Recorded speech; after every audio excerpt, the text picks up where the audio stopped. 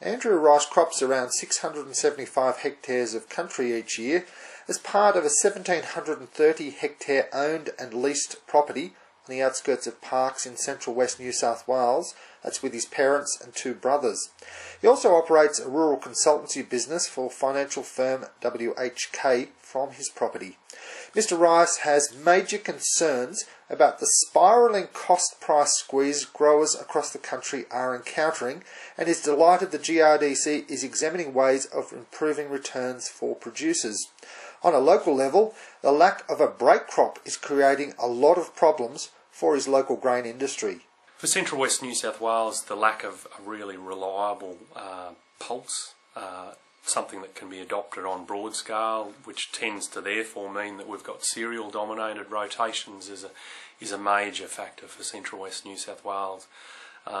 As a consequence of that, we tend to have a lot of cereal on cereal, either disease related issues or management issues such as screenings which come out as a result. Mr. Rice has been pushing for research into alternatives and how to best grow cereal crops on cereal crops without the associated downgrading of quality. He says the GRDC is developing ways to help Central New South Wales producers.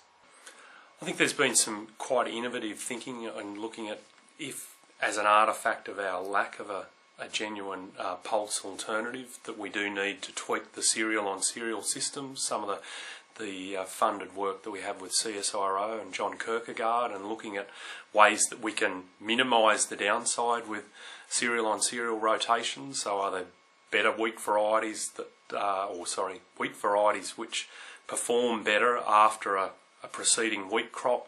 Are there subtle techniques that we can use in terms of sowing technique, sowing timing and so forth, that really will enable us to have growers cope with that need for a cereal dominated rotation?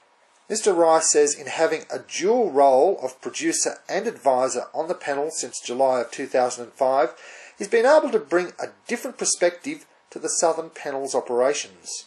I recognise myself when I put myself as from a grower's perspective, my own personal perspective on how we farm and the experiences we have.